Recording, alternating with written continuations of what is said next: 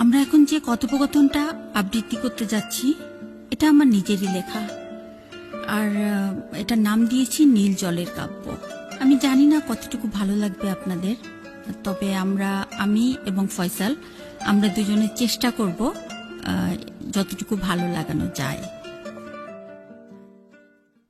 কে উনি? কুয়াশাচ্ছন্ন আকাশ, বিশাল জাহাজের ডেকের উপর দাঁড়িয়ে কেন জানি নিরুপমার মতো লাগছে। হ্যাঁ, নিরুপমাই তো।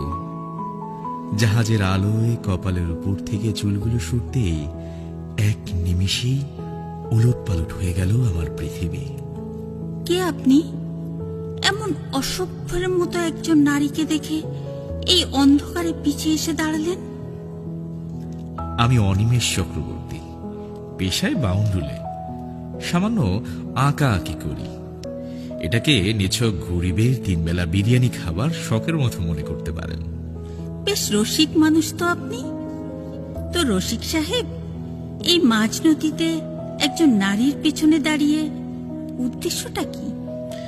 কোনো উদ্দেশ্য নেই ম্যাডাম, আমি অতিশয় গোবেচারা টাইপের মানুষ।